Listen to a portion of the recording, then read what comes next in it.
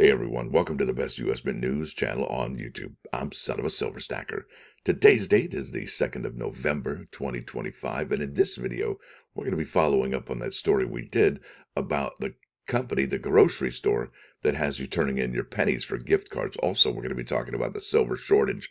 That is incredible, and what's going on with the price of silver, and how actually it's probably going to be headed northward instead of south. So let's get ready for that one. That's going to be an interesting story. Now, before any of that, though, remember to hit the like button. And if you're new here, please hit the subscribe button. We're trying to get to a bazillion subs. It's actually a really big number. In fact, it's ginormous. Look it up on the Google machine. You can find out for yourself. Now, over to moneymetals.com, I can show you where the live spot prices ended the week. So gold settled in at 40.1740, silver at 48.91, platinum at 15.8220, palladium at 14.6355, and Dr. Copper finished the week at 5.11 per pound. Down here, you're looking at an in-stock American Silver Eagle, whose premium is $10.49 for the quantity of 1 through 39. They ask that you pay $59.40. Now, the buyback, that's the sell-to-them price, is definitely above that silver spot at $51.21. Now, next stop's going to be Trib Live for Sunday, November 2, 2025. Title of this article is Makes a Lot of Sense. Giant Eagle issues over $2 million in gift cards through Penny Exchange. And this is by Patrick Vereen and Brian C. Rittmeyer, Saturday, November 1st, 2025 at 3:54 p.m. And there's a cashier right there. And it looks like she's actually weighing where you would typically weigh the produce. She's weighing the pennies. And gosh, wouldn't you know it? The coppers, that's pre-82, I think they weigh like 311, something like that, grams. And then the zinc and cents are actually lighter than that. Wouldn't you want to separate those two? Yeah, maybe these are the zinc and maybe these are the copper, but look at this. There's like 3 trays over here. Giant Eagle cashier Melissa Flenner processes and weighs a customer's penny Saturday at the New Kensington store. Now it says here, from a few rolls held in one hand to buckets so heavy they were best hauled in a shopping cart, Giant Eagle's double your money offer for pennies was too good for many to pass up on Saturday. What would you do, folks? Look at this. Look at that. Looks like the line to turn them in right there. Related content. Penny haul of 70 pounds cashed in with Giant Eagle Exchange. Well, let's find out. That looks pretty cool, actually. This is Saturday, November 1st by Becky Kickle. Same thing right there, right? Penny for your thoughts. How about 12,350 of them? Rolled, bagged, and boxed. That's how many humble cents my husband and I hauled into Hempfield Square Giant Eagle on Saturday at 10:30 a.m., half hour before their penny exchange promotion was set to begin. The grocery chain announced the incentives this week, promising to double the money of customers who exchange their pennies for Giant Eagle gift cards. I think that's a really brilliant move by this company. Absolutely brilliant. They didn't give them cold hard cash. They gave them gift cards. And you know that there's the retail price and then there's the wholesale price. And that retailer is genius. This retailer is hoping to stock up on cents to make change for cash paying customers next year, now that the U.S. government has stopped making the copper flashed coin with Honest Abe's stoic portrait on it. That's fantastic. Let's keep on keeping on. Let's get back to the one that I have chosen here for this episode. With the economy the way it is, every little extra bit of money helps. This is free money, said Nancy Planitzer of Arnold, who expected to get a $9 Giant Eagle gift card for the $4.50 in pennies she brought in a small bag to the New Kensington Giant Eagle. So many people have extra pennies and they don't utilize them. This is an excellent idea, she said. When someone is giving away free money and you don't take advantage of it, it's your tough luck. What would you do, folks? I'd keep the coppers and give them the zinkins, 100%. It says Patty Bonacci of Murraysville kept her pennies in a mason jar at home. She brought them to the market district in Murraysville to swap for a gift card. My kids, I don't know what's wrong with them, but they would just throw pennies away, she said with a laugh. Yeah, some people, that's their attitude towards pennies. They think it's just garbage, and that's one of the reasons why they're getting rid of the penny. There's a lot of people that would pass it right up in a parking lot. Think about that. It's really, you're going to break your back to pick up a penny. What can you buy with a penny? Nada, right? But this is great, but they all add up, right? Everything adds up. Everything counts in small amounts and large amounts. But this is great. I'm going to hang on to the gift certificate to use later this month. For a chain with more than 200 regional stores, the promotion was an easy way to restock its supply of pennies, which are no longer in production at the U.S. Mint and being phased out in the national currency supply. Absolutely genius idea. And I wonder how many people are going to follow the lead of this Giant Eagle store. It says in a matter of hours, Giant Eagle Wow, in a matter of hours, Giant Eagle received more than 100 million pennies across its 200 stores, said Bill Artman, president and CEO. This number is nothing short of amazing, he said. This incredible experience will ensure we can provide exact change to customers for months to come. But more importantly, it resulted in more than 2 million in Giant Eagle gift cards being awarded to our customers at such an incredibly important time for our communities. Absolutely genius. Really, I want to do the McDonald's theme right now. But you know the one. While the turn-in was scheduled to run from 11 to 4 p.m., New Kensington store manager Alana Craig said they had people arrive as early as 8 a.m. That's an eager beaver right there, with store employees serving them to get some practice, and more arriving around 10 a.m. At one point, a customer said the line to exchange pennies stretched from the checkouts at the front of the store to the deli in the back. Y'all have a turkey and provolone. Our goal is not to run out of pennies for the holidays, Craig said, adding the Giant Eagle will shuffle the pennies around its stores as needed. Yeah, they're going to act like the Federal Reserve, right? Get those pennies to where they need to be. Customers weren't required to have their pennies wrapped. That's amazing. We did see the lady weighing them up top, right? They weren't required to have their pennies wrapped. Giant Eagle was determining their weight, their value by weight at the New Kensington store. They used the checkout scales to weigh them. A pound of pennies, Craig said, came out to $1.81. Is that even right? Let's find out from the Google machine. And a pound of pennies is worth what? How much does a pound of pennies cost? Let's go there. Yeah, $1.56. How much is a pound of pennies worth? A pound of pennies is worth approximately $1.56. That's because there are 181 pennies, and a pound, and each penny is worth 1 cent. Yeah, well, it looks like somebody got over because they were paying $1.81.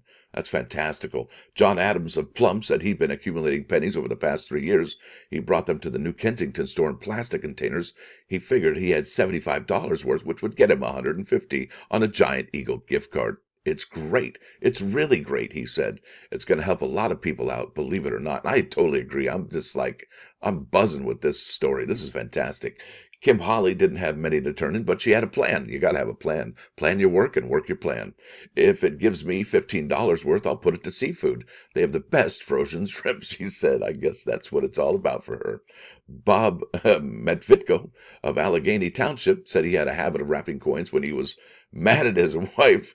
They had 2 buckets full of He's been a busy beaver over here. He had 2 buckets full of wrapped pennies. That's fantastic. Good job, Bob. Good golly. That was a lot of arguing with my wife, Bob said. No doubt, Mr. Bob. Mr. There's a Bob festival in Colorado. If your name is Robert or Bob, whatever you go by, yeah, they need you in Colorado for the Bob Festival. This is the only place I know where you can double your money, he said. They're giving away a heck of a lot of money. Sue said they'll give the gift cards to their kids. That's nice. Maybe put them in their stockings, right? In their stuffers. Their families could use it more than me, she said. While some shoppers said they will use their gift cards in the future, others turned around and spent their money right away. That's what I would do. Yeah. All right, it says here, we're just going to use it for today's grocery shopping, said Ellen Hanna of Murraysville. She and her husband collected pennies in small bins over their house. Man, that's incredible. 100 million. I mean, that's just remarkable. John Planick of Murraysville is a little disappointed that the U.S. Mint has ceased producing pennies. I've been collecting pennies since I was knee-high to a grasshopper, Planick said. A little sippy sip of water. But he's not so disappointed that he didn't collect pennies and bring them to the store. I made sure to check for wheat pennies first. There you go. That's something to think about. He said, referring to the pennies. There's a numismatist referring to the pennies minted between 1909 and 1958 that feature 2 stalks of wheat on the reverse. The pennies are popular with collectors, and certain varieties can be rare and valuable. Holly said she won't miss a penny much. I really don't think much of it, she said. You charge for everything these days. That is fantastic. What a great story. Now let's keep on with this one. Maybe not. Yeah, that's a personal, endearing story, it says here. So we're going to go over to the next phase of the video here, and this is from the Jerusalem Post. Title of this article is, The Global Silver Shortage Has Arrived and Dirt Cheap Prices Are to Blame. Now look at this. I thought this was really amazing. It says, after decades of price suppression, what's price suppression? What does that even mean? Let's find out at the Google machine. And this website is really slowing down my computer. And price suppression is the prevention of a product's price from increasing to a level it otherwise would have reached. It is often discussed in the context of international trade, particularly in anti-dumping investigations. Yeah, where it is shown by domestic industries, prices being kept lower than they would have been without the impact of dumped imports. Oh boy. Yeah, that's a big accusation to make. And are they true? Is it right and correct and true? Yeah, probably. The world is waking up to a silver deficit. Yeah, they had a silver deficit 5 years ago. Why now, though? The silver deficit so cheap it could ignite the biggest precious metals bull run in history. And don't forget, folks, they use a lot of silver in the military-industrial complex, no doubt about it. And there's those bars that you see right there, silver bars. Those are fantastic to look at. And it's really kind of fun to hold a bar into your hand. As I can't imagine what a kilo bar would feel like. That would be phenomenal. It says here, John Little, not Little John, has recently acknowledged that his earlier concerns about, by the way, my bad. This is by the Silver Academy, October 31st, 2025 at 5:40 in the afternoon. John Little has recently acknowledged that his earlier concerns about outright silver scarcity may require refinement. Wait, what is he talking about? Refineries again? By some estimates, approximately 6.8 billion ounces with a B ounces of silver exist globally, enough to suggest that physical shortage is a relative term. Moreover, the critical nuance lies in the market clearing price. While there is silver out there, in quotes, it is disappearing when it is priced when it was priced from $28.85 in January of 2025 to today's $50 per ounce. When adjusting for decades of monetary inflation and shifts in real purchasing power, the true equilibrium price for silver may be well above $600 per ounce. And remember, if you go backwards, okay, it's like $12 an ounce. Yeah, $12, maybe 13. At such levels, latent inventory. Hi, where'd you go? Wow. At such levels, latent inventory could indeed come to market, potentially alleviating the shortage for a limited period of perhaps a year or two. This distinction highlights what is frequently perceived as a supply crisis is more precisely a misalignment between accessible supply and realistic pricing in today's financial context, underlying profound structural tension in the global silver market. Put simply, John Little says, the paper derivative attacks that crush silver's price are exactly what created today's shortage. If silver had been given the respect it deserves over the past century, it wouldn't have been squandered in torpedoes, bombs, missiles, space stations, and mountains of disregarded electronics rusting or smoldering in landfills across the developing world. It looks like they're processing silver from technology there, right there. A global storm is erupting across the precious metals markets, an unprecedented convergence of events that set off an unmissable alarm for investors, bankers, and industry alike. Never before have such dramatic inventory drains lined up with seismic policy shifts and surging demand, creating a scenario so explosive it demands all eyes. This isn't hype. These are the hard facts that simply can't be doubted. And this is from Bob the Billionaire, COMEX Silver Drain, Day 17. 2.5 million ounces vanished yesterday alone with no replenishment. The LBMA already near empty. COMEX would be next. And remember, they had shipped some of the silver that was at the COMEX to the LBMA to make them, I guess I want to say solvent, right? Last time this felt surreal, Hunt Brothers, 1980.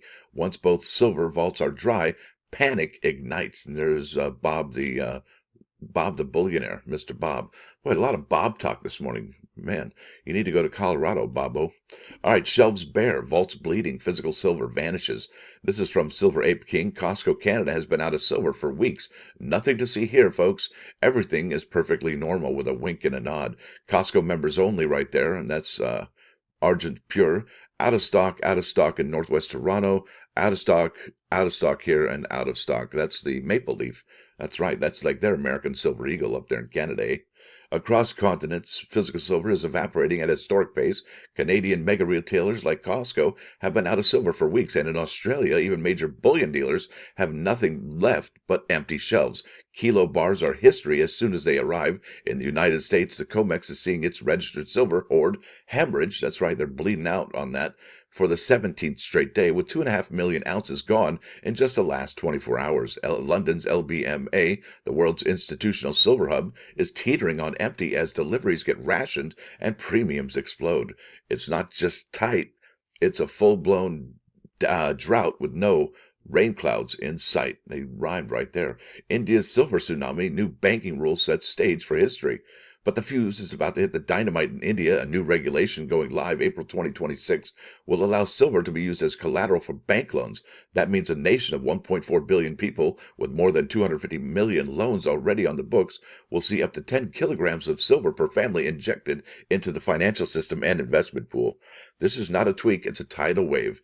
A cultural affinity for silver meets a banking pipeline, just as industrial demand breaks all records. The stage is set for demand the world has never witnessed. Oh boy. How's that sound, folks?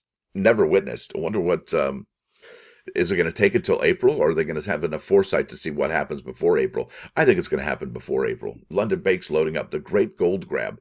Eric Young, this is here. Wow. Good luck, LBMA. Get ready to get wrecked. Oh boy. It says here, my friend who has a lot of contacts with the central bankers just told me the Gulf cooperation countries, Saudi Arabia, the United Arab Emirates, and Kuwait just bought another $33.5 billion worth of gold this morning, and that the Bank of Korea bought $8 billion. He used the deal. He used to deal in U.S. Treasuries for these guys. And that's it. There's a lot of central banks buying gold right now, no doubt about it.